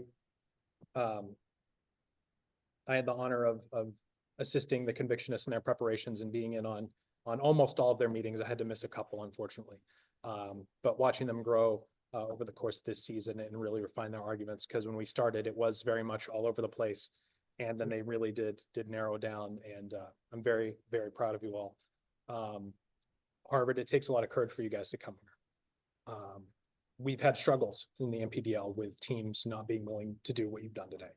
And I think it speaks very highly of all of you. And I don't want that to get lost on anybody, that, you know, you had to go through Sally Ports and security, and you were all given, you know, a help button to be in here. And you all took that in stride. And I think it was an excellent debate. There's a moment during the debate where I closed my eyes and I was listening to the arguments. And I felt that had I not known all the people involved, I wouldn't have been able to tell who was from Harvard and who wasn't. And I think that that's what these debates are about. All right, Chandler. Can't really Out showing that, you know, the people inside are just good as people outside. And I see Dan is now getting ready to speak, so I'm assuming we have a decision. Yeah, I didn't mean to interrupt. If you want to finish your thoughts, Chandler. Sorry, go ahead. Can you hear me? Okay, yeah, I didn't mean to interrupt if you want to finish your thoughts. I was just going to say a few remarks before passing it over to the judges, because they are ready to announce a decision. All right, thank you. I might need to mute the other computer that no one's speaking from, so that you don't get that feedback. And then I will, yeah, I just want to say a couple of words real quick. Okay, right, you guys can all hear me okay? It's not, okay. Yeah, so it's just the proximity is all, but I'm all set. So thank you, everyone. Thank you, and sorry for that audio issue there. Sorry about that. I just want to say very briefly, I'm not going to reiterate everything that's already been said, but Tripp, you look really good in that hat. I appreciate you rocking that today, because for folks who don't know, the last time we had the Harvard Maine State debate, I wore my Harvard hat and it didn't go so well. So I'm walking my PDL hat today too. But I just want to also thank Harvard on the level of you've already been thanked for your willingness and you know, courage to come and engage with folks who have a lot less social capital than you. And I want to just really thank you for lending your social capital to this endeavor, and, you know, meeting our people where they're at and engaging with them. As you see, there's no inferior minds in prison systems. It's just a lack of opportunities. There's an inferior access to those opportunities that you guys were able to really beautifully demonstrate for the world today. And as I look at this room full of folks, I mean, I hear a lot of fad terms in our so-called field, like communities of practice. And I look at this room, and this is what it looks like. This is what decarcerating minds in action looks like, is people breaking down those social barriers that prevent us from having these sort of intelligent, important conversations that make us all better and strengthen us and our communities. So just hats off to all of you for really just being who you are. And then secondly, I'd like to just say that for all of our cohort graduates from the Convictionists, this is also historic because it marks the first time that we're granting college credits to all of you. So you're all going to receive 3 college credits for your hard work, in addition from our partnership with College Unbound, an academic nonprofit. And we also want to acknowledge the fact that your staff and Phil Potoko, who's the only thing that exceeds the quality of his mustache is probably his actual personal integrity. One of the like most passionate educators I've met who works in the prison system. So we're lucky to have this like really great group of stakeholders here together. So without any further ado, I'm going to let our Chief Judge, David Cram-Helwich, announce. Also, the judges are free to add any comments before David announces the winners and Sean presents the trophy to the winners. So with that said, thank you all. Mr. Helwich, the floor is yours, sir. Yeah, thank you. Can folks hear me okay in the room? So I think this is the 5th or 6th NPDL debate that I've judged, and I just want to congratulate both the debaters from Harvard, many of whom I've judged competitively, and the Maine Convictionist debaters. I think I've judged 6 national championship rounds. And actually study congressional deliberation, and the quality of the arguments that were being presented in this debate were equal to anything I've seen at the highest levels of intercollegiate academic debate. and as Ed and John can verify, are far, far better than we see in the halls of Congress. So congratulations to you folks for that. The decision, a narrow decision on a 3-0 is for the negative from Harvard. So let's give both Harvard and the Convictionists a round of applause.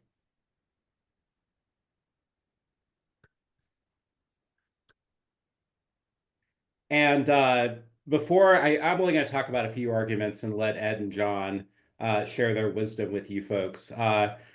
I just want to underscore something that Daniel said about the importance of what we're doing here. We are identifying things that we may disagree upon or problems that our society faces, and we're engaging in evidence-based problem solving to address those types of issues. And all of the existential things that the debaters talked about, mostly from Harvard, you can tell a college debater because they talk about that, can only really be addressed if folks are able to come together and engage in this type of process. And the problem that both teams agree upon, right, the presence of disinformation in the media is not the root cause of things that are undermine our capacity to engage in thoughtful discussion, research, deliberation, reason giving, but they certainly make all of those problems far worse. And from my perspective, as someone who studies this is really the challenge of our times, is to figure out how to make it possible for us to have a common set, at least of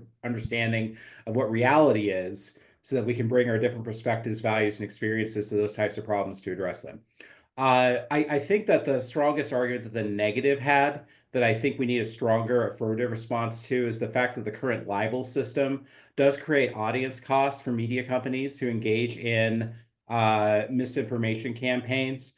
And I think there's a missed opportunity to talk about the fact that that system itself is also litigious, is expensive, outcomes are uncertain, potentially produces a chilling effect, et cetera. I think there may be some missed opportunities that the affirmative did not have. And then something else I think that the affirmative may want to focus on more is these types of standards, in a looser sense than the affirmative was talking about, are already in place for broadcasters who use limited mediums, according to I forgot the name of the act. It's the one that was amended in 1966, created the FCC.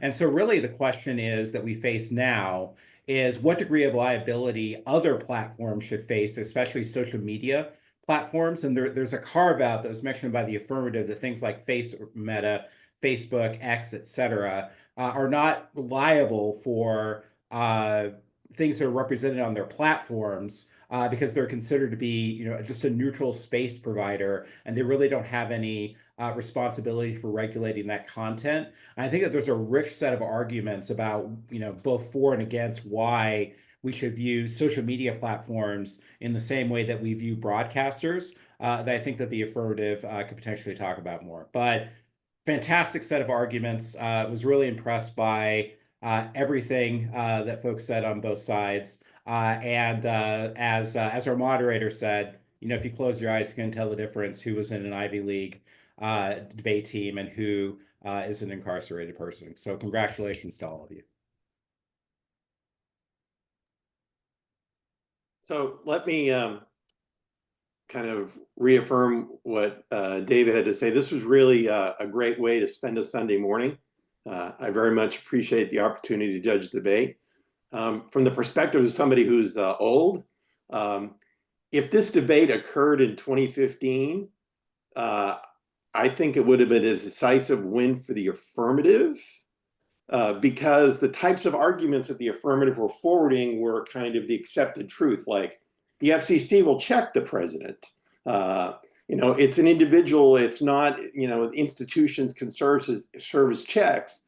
And the classical negative arguments that were kind of forceful in the end for me would have been kind of somewhat mitigating, but not overwhelming in the end. So the debate was very helpful for me personally to kind of contextualize where we've been and where we're going, and the relationship that experience has for weighting what the better argument is. Like, I just think if this were 2015, all the negative arguments would have been partial plan-meet-need arguments that reduce some of the risk for the affirmative, but the affirmative, still ultimately would have won.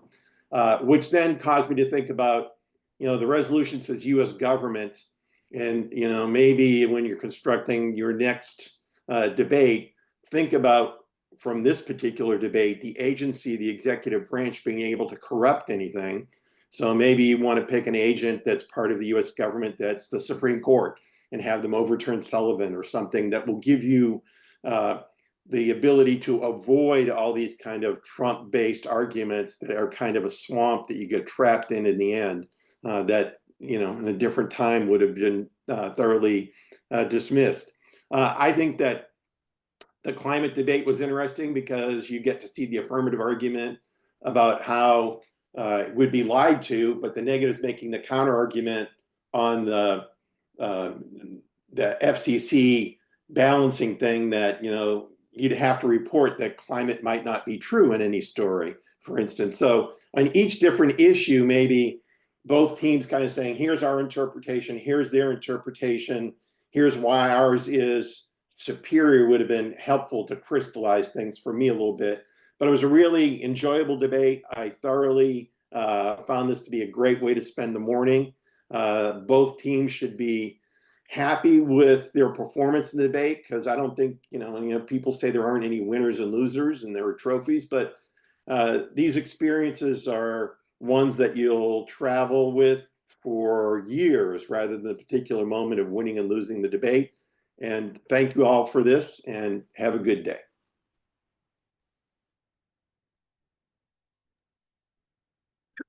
I can add a couple things. First of all, in the status quo, outright factual laws are being prosecuted. The company that was accused of having ballot machines like giving inaccurate results, they won a giant lawsuit that these claims were like totally false. So in the status quo, factual laws are being kind of like litigated, and the negative argument that Trump would take advantage of the plan is very compelling. He has lawsuits now against like CBS for like editing like interviews with Vice President Harris, and so he certainly and he appoints all the bureaucrats that the plan claims would provide oversight, the FCC, the Justice Department. He has like he's stacked with like pro-Trump attorneys. So it's really kind of hard to imagine how this plan would end up with a positive result in terms of preventing kind of like falsehoods. This would be a giant opportunity for Trump to yank licenses for like MSNBC and NPR, like who's like wants to cut their funding from. So the other thing is I didn't understand why the affirmative argued that the media literacy was part of their plan, because the negative was right. That is not topical the way the topic is kind of phrased. That's like a negative counter plan to promote media literacy. It's not really a mechanism to hold the broadcasters like accountable. That's like really kind of like a negative ground. The affirmative, given the current political conditions with Trump being president and appointing all the agencies and boards, was really kind of in a tough kind of position, I think, to respond to those arguments. And so they were kind of like I think in a bad position. Okay. Well, thank you all very much. I just want to say in conclusion, from the NPDL's perspective, and I'll let Chandler make any final remarks or anyone else if they have a final closing remark from the NPDL's perspective, I just want to also acknowledge the hard work and the continued, goals that we're all working towards as a league and as an organization to continue to support and build our teams out. So we just really appreciate these relationships. And again, there are no losers here today. With that being said, I also want to acknowledge that we have another NPDL main team in action on the 27th of April. So stay tuned for the links to sign up for that. That's going to be the women's team from the Women's Center in Maine, Opinionated Minds, and they're going to be facing off against Suffolk University on April 27th.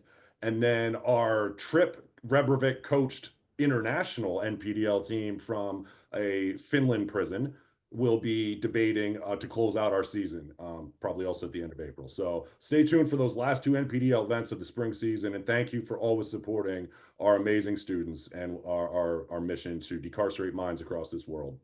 Chandler, did you want to wrap it up from inside, sir? Your show, Sean. Chandler doesn't want to wrap it up, so I will. First, I want to say, look, I'm on a screen. Oh, Dan. I'm on a screen that says Harvard. I feel pretty good about that. I just want to thank everybody again. I want to give the trophy to Trip and the Harvard team. Come on up.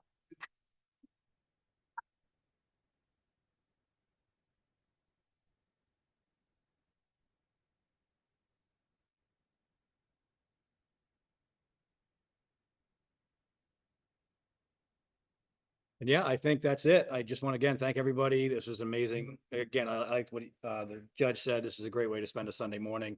I just need everybody's effort, everybody's time, and everybody for coming in, especially the Harvard team and the Harvard folks, and even Deputy Warden Simpson coming in on a weekend to make sure this happens.